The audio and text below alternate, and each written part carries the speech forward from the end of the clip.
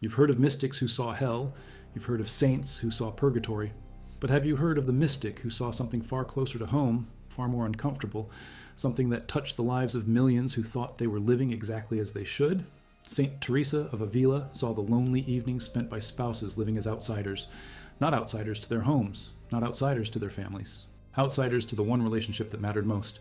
And she wrote about it with a clarity that still makes people shift in their seats 500 years later. But the real story doesn't start with her entry into religious life. It starts later, much later. In 1554, at age 39, Teresa experienced what she called her second conversion. She had spent nearly 20 years as a nun living what she herself described as a lukewarm spiritual life. Then, one day in the monastery oratory, she saw a statue of the suffering Christ, the ex homo statue. It broke something inside her. She threw herself at the feet of that statue and made a vow that she would not rise until she received the grace to change completely. This script is researched and factual, using sources from the Kieran Kavanagh and Otilio Rodriguez critical translations published by the Institute of Carmelite Studies, particularly the Book of Her Life, completed in 1562, and the Interior Castle written in 1577, which contained Teresa's own handwritten accounts of her visions and spiritual experiences, preserved in manuscripts held at the monastery of San Lorenzo de Mendocino, El Escorial, and the Biblioteca Nacional de España. These aren't interpretations. These are her own words, examined by scholars who spent decades verifying the authenticity of every manuscript page. Now back to the information. But she saw him with an interior sight that was, in her words, more real than anything her physical eyes had ever shown her. And Christ spoke to her. One of the first things he said left her shaken. He told her, in her account written later in the Book of Her Life, chapter 24, that he no longer wanted her to have conversations with human beings. He wanted her for himself alone. The word he used, she wrote, had the force of a command. He was jealous. People who made vows before a priest to love another human being till death. She started to see the problem. The first commandment doesn't bend. You shall love the Lord your God with all your heart, all your soul, all your strength, all your mind. The word all doesn't leave room for division. But marriage demands division. Your heart, your time, your body, your future, all tied to another person. Another finite, mortal, imperfect person. Teresa wrestled with this in her writings, particularly in a teaching that appears in the Interior Castle, 7th Mansion, chapter 2, which she completed in November 1577, just 5 years before her death. She wrote that the spiritual joys the Lord gives when compared to the delights married people must experience are 1,000 leagues distant. 1,000 leagues. That's roughly 5,500 kilometers. She was saying that the gap between union with God and union with a human spouse was so vast, it might as well be the distance between Spain and the New World. But here's what she didn't say out loud, what she left hanging in the silence between her words. If the gap is that wide, what happens to the person trying to cross it? What happens to the husband who loves his wife, but also tries to love God with everything? What happens to the wife who prays in the morning and then spends the evening serving a man who can't see into her soul? To people from every level of Spanish society, nobles, merchants, mothers, fathers, people who were living what looked like perfectly faithful Catholic lives, Mass on Sunday, prayers before bed, children raised in the faith. But something was missing. They felt it. They couldn't name it. They came to Teresa hoping she could. The rule she established there was strict. Poverty, silence, intense prayer, no visitors except in rare cases. She called her nuns to a level of devotion that required cutting ties with the outside world almost completely. But she also wrote The Way of Perfection between 1562 and 1565, specifically for lay people who couldn't live in a monastery, people with families, people with jobs, people with spouses. And in that book, she laid out something almost impossibly difficult. She told them that mental prayer, which she defined as an intimate sharing between friends, taking time frequently to be alone with him, who we know loves us, was not optional. It was necessary. Without it, she wrote in chapter 4, a soul would never grow. It would stay stuck in the outer mansions of the interior castle, never reaching the center where God dwells. But here's the problem she didn't spell out. How do you take frequent time alone with God when you have a spouse who needs you, when you have children crying, when you have work that doesn't stop, when your husband expects you in his bed, when your wife expects you to talk to her about the day? The tension is built into the structure of married life. You are always divided, always pulled between the infinite and the finite. And Teresa knew it. She wrote about it carefully, almost reluctantly, as if she understood how painful it was to say out loud. Would care for hers. The intimacy of the language is striking. My affairs, your affairs, it's the language of marriage.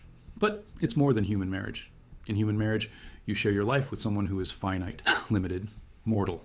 In spiritual marriage, you share your life with the infinite God. There is no comparison. And Teresa knew that every earthly marriage, no matter how good, no matter how holy, would always fall short. Would always leave both people aware that something was missing, something they could never give each other. But you also couldn't give God everything, because part of you belonged to another person. You lived as an outsider, outside the fullness of divine union while in a state that was supposed to lead you to holiness. She described it in The Interior Castle, 7th Mansion, Chapter 2, Paragraph 3, as the soul being made one with God who is himself a spirit. She wrote that God appeared in the center of her soul, not by an imaginative vision, but by an intellectual vision, something even more direct, more intimate than what she'd experienced before. And she understood in that moment that she would never be separated from him again. The peace that came from that union, she wrote, was unshakable. Nothing in the world could disturb it. Not suffering, not persecution, not even the approach of death. She lived the last 10 years of her life in that state, from 1572 until her death on either the 4th or the 15th of October, 1582. The date is uncertain because Spain switched from the Julian to the Gregorian calendar during the night between those dates, and history lost the exact hour. Because she was united to God in a way that earthly marriage could never approach. She knew it, she wrote about it, and she left people with earthly spouses to wrestle with what that meant for them. Teresa doesn't give the woman's name. She rarely gave names when she wrote about specific people unless those people were already public figures. But she describes seeing this woman's soul during prayer. The woman was devout. She attended daily mass when she could. She prayed the rosary. She fasted. She served the poor. On the outside, she looked like a model Catholic wife. But Teresa saw something else. She saw the woman's soul standing at a distance from God. Not because of sin. The woman wasn't living in mortal sin. But because of divided loyalty. The woman loved her husband. She gave him her time, her attention, her body, her heart. And every piece she gave to him was a piece that couldn't go to God. Teresa saw the woman's soul reaching toward God but unable to cross the gap, unable to enter the center, because she was bound by vows, by duty, by love, by the sacrament itself. Not fully, not while you were tied to someone else. Corporeal union, earthly marriage, is quite another thing. The spiritual joys and consolations given by the Lord are 1,000 leagues removed from those experienced in marriage. 1,000 leagues, 5,500 kilometers, the distance you would travel from Avila to the coast of Africa and back. She's not being poetic. She's being precise. The gap is real, measurable, unbridgeable. They came to her convents, asking for guidance.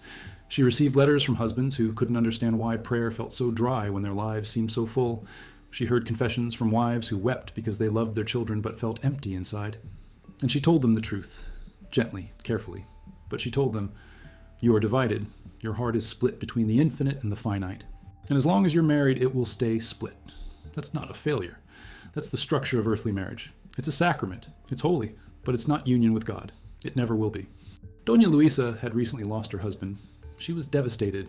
She had loved him deeply. They had been married for 32 years. But Teresa's response to her grief is striking. She didn't focus on the loss of the earthly marriage. She focused on the opportunity. Now, Teresa wrote, you are free to give God everything. Now, nothing stands between you and the center. Your husband's death, painful as it is, has removed the barrier. You can cross the distance now. You can enter the 7th mansion. While you were married, you couldn't. Not fully, not in the way God wanted. Earthly marriage, no matter how good, kept you outside. It kept you in the outer mansions. It gave you a taste of union, but never the fullness. Death of a spouse, terrible as it was, opened a door that couldn't open while both people were alive and bound to each other. She described a moment during Mass when she saw 2 devils standing beside a priest who was celebrating. She understood immediately that the priest was in mortal sin, but then something even more striking happened. At the moment of consecration, Christ came down into that priest's hands anyway. God's faithfulness was stronger than the priest's unworthiness. The sacrament worked regardless of the minister's state. And Teresa saw in that moment a principle that applied to marriage as well. The sacrament of matrimony is real. It's valid. It joins 2 people in a bond that God recognizes. But the sacrament doesn't change the underlying reality. You are still human, still finite, still incapable of giving another person what only God can give. And your spouse, no matter how holy, no matter how loving, is equally incapable of filling the space in your heart that was made for God alone. And she wrote about it not to condemn them, but to name it, to help them understand why they felt the way they did, why faithful Catholic spouses who did everything right still felt empty, why devout husbands and wives who loved each other deeply still sensed something missing. It wasn't because they were bad spouses. It wasn't because they lacked faith. It was because they were trying to serve 2 masters, trying to give their whole heart to God while also giving their whole heart to another person. And Jesus himself had said it was impossible. No one can serve two masters. You will love one and hate the other, or you will be devoted to one and despise the other. If Christ is your true spouse, your earthly spouse is a rival. Not an enemy, but a rival. Someone competing for the same space in your heart. And the first commandment doesn't allow competition. You shall love the Lord your God with all your heart. All. Not most. Not what's left over. All. Salamanca to see her. Their names aren't recorded. But the account of the meeting survives in a testimony given by Ana de San Bartolome, one of Teresa's closest companions during her final years. The testimony is preserved in the Carmelite archives in Burgos. The couple came because they were desperate. They had been married for 18 years. They had 6 children. They attended Mass daily. They prayed together. They lived chastely according to the Church's teaching, but both of them felt spiritually dead. The husband described it as living in a fog. The wife said she felt like she was watching her life from a distance, unable to connect with anything deeply. They thought something was wrong with them. Maybe a curse, maybe demonic influence. They came to Teresa hoping she could fix them. Nothing was wrong with them. What they were feeling was normal. It was the natural result of trying to live divided lives. They were good spouses, good parents, but they were trying to reach a level of union with God that required total availability. And they weren't available. Not totally.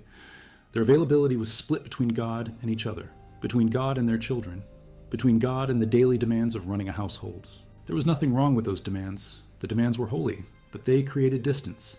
They kept the couple in the outer mansions. And Teresa told them honestly that unless one of them died, or unless they both agreed to live as brother and sister, giving up the marital embrace entirely, they would stay in that fog. They would keep feeling that distance, because the distance was real. Ana de San Bartolome wrote that the wife wept for most of the journey back to Salamanca, but Teresa didn't offer false comfort. She offered truth. And the truth was that earthly marriage, beautiful as it is, sanctioned by the Church as it is, holy as it is, still creates a barrier between the soul and God, a barrier that can't be removed without either death or radical renunciation. In December of 1581, 10 months before her death, Teresa wrote one of her final letters. It was addressed to Father Geronimo Gracian, her confessor and closest spiritual friend. The letter is dated December 21st, 1581, and it's preserved in the Collected Letters, Volume 2. In it, she reflected on her own experience of spiritual marriage and what it had taught her about earthly marriage.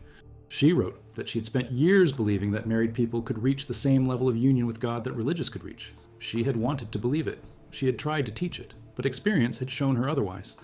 The demands of marriage, legitimate as they were, prevented the kind of total surrender that union with God required. She wrote, and this is a direct quote from the letter, that married people live in a state of perpetual compromise. Not sinful compromise, but compromise nonetheless. They compromise between the demands of God and the demands of their spouse, between the call to solitude and the need for intimacy, between the desire for prayer and the obligation to be present. And every compromise, she wrote, moved them further from the center. She didn't write this with judgment. She wrote it with sorrow, because she loved married people. She respected their vocation. But she also couldn't lie about what she had seen in prayer, couldn't pretend that earthly marriage and divine union were compatible in their fullest forms. They weren't. One required everything. The other demanded sharing. And you can't give everything if you're sharing. The lonely evenings spent by spouses living as outsiders. Teresa saw it, in her visions, in her conversations, in the letters she received from people who couldn't understand why they felt so alone despite being surrounded by family. They were outsiders. Outside the fullness of divine union while bound to someone who could never fill that space. And they spent their evenings, after the children were asleep, after the work was done, after the house was quiet, sitting next to their spouse and feeling the gap, knowing there was something more, something deeper, something they couldn't reach. Not while they were tied to another person, not while their vow to one prevented the total gift to the other.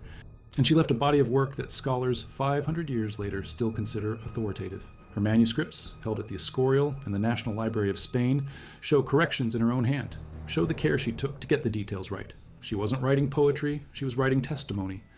And the testimony was this: if you are married, you will feel divided. You will live as an outsider, not because you're failing, but because the structure itself creates division. The sacrament that binds you to another person simultaneously prevents you from total union with God, and there's no way around it. No trick, no technique, no prayer that fixes it. The division is permanent until death. She knew it. Her body was failing, but her mind was clear. Ana de San Bartolome, who was with her constantly during those days, recorded that Teresa spoke repeatedly about marriage, not her own spiritual marriage to Christ. That was settled, permanent, but earthly marriage. She kept returning to the couples she had counseled over the years, the men and women who had come to her hoping for answers. And she told Anna that her greatest sorrow, apart from the sins she had committed in her youth, was that she hadn't been able to help those people more. She had told them the truth, but the truth didn't comfort them. It just named their pain, and many of them had left feeling worse than when they arrived, because now they knew. Now they understood that the loneliness they felt wasn't something they could fix. It was built into the life they had chosen, or the life that had been chosen for them by families who arranged marriages, by circumstances, by duty. And Teresa died sometime during that night. Her body was buried at Alba de Tormes. When they exhumed it 9 months later in July 1583, it was incorrupt. The flesh hadn't decayed. It smelled, according to witnesses, of flowers and spices. The church took this as a sign of her sanctity. But there's something else in the exhumation records, something less discussed. When they opened the coffin, they found her hands positioned differently than they had been at burial. At burial, her hands had been folded across her chest. When they opened the coffin, her right hand was extended, as if reaching, as if pointing, towards something beyond the grave. Personally, in it, he included testimonies from dozens of people who had sought her counsel. And a pattern appears in those testimonies.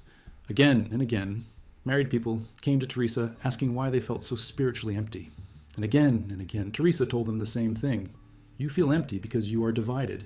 You are trying to give God everything while also giving your spouse everything, and it can't be done. One or the other will always receive less than everything. Usually God, because the spouse is physically present, makes immediate demands, requires daily attention, while God is patient, quiet, willing to wait. So you give the spouse what they need, and you give God what's left over. And what's left over is never enough, never close to enough. Multiple accounts of married people who, after speaking with Teresa, decided to live as brother and sister, to give up the marital embrace and dedicate themselves entirely to prayer. The church allowed this. It wasn't a formal separation. They still lived together, still ran the household together, still raised their children together, but they no longer shared a bed, no longer engaged in the physical intimacy that marriage permitted. And according to the testimonies, those couples reported feeling the fog lift, feeling the distance shrink, feeling for the first time in years that they could reach God without interference. Because the interference was gone, the rival was gone. They were still married in law, but in practice, they had become like religious, available, undivided, free to give God everything.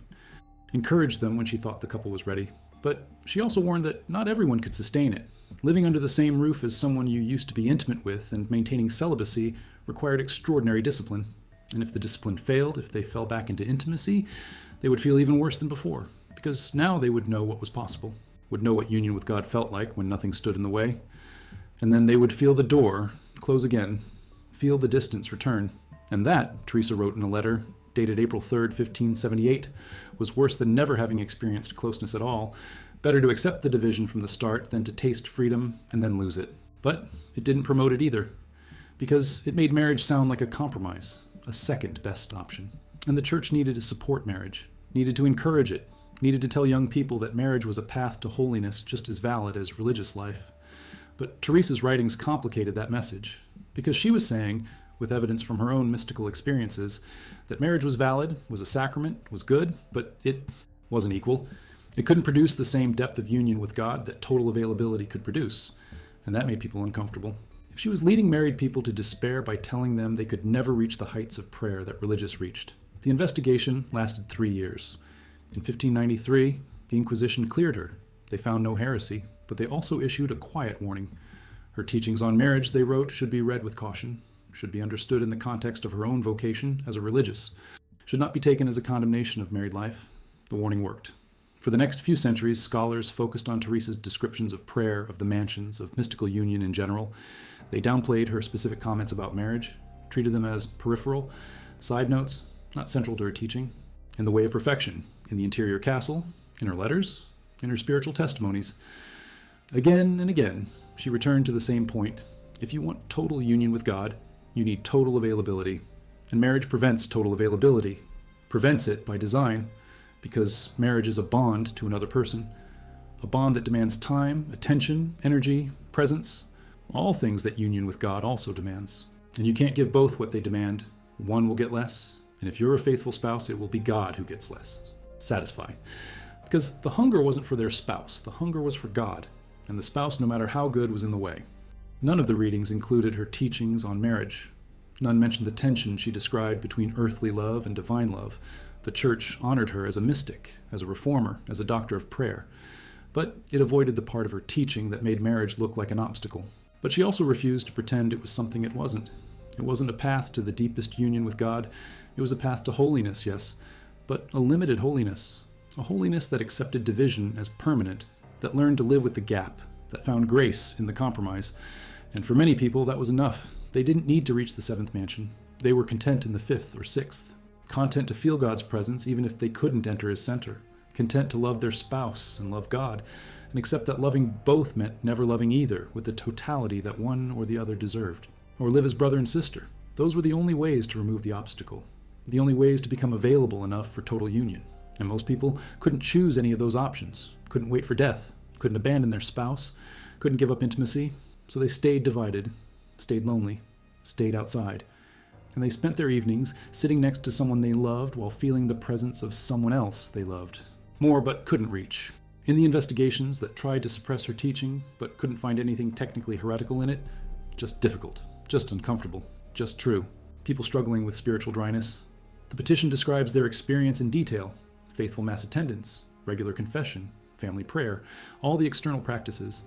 But inside, a fog, a distance, a sense of living outside something they could see but not enter. They attributed that feeling to what Teresa had written about, the inevitable division created by trying to serve both a spouse and God. The petition asked the church to acknowledge that division, to give married people permission to name it without shame, to help them understand that the loneliness they felt wasn't a failure, but a structural reality of their vocation. Evidence that people 500 years after Teresa still felt exactly what she described, still spent their evenings feeling like outsiders, still loved their spouses, but hungered for something more, still tried to reach God but found their arms held by someone else. And they knew Teresa understood, because she had seen it, had written about it, had refused to pretend it wasn't real. She gave them the truth, even when the truth hurt, even when it didn't fix anything. She gave them words for their experience. And sometimes words are enough, not to solve the problem, but to know you're not alone in living with it,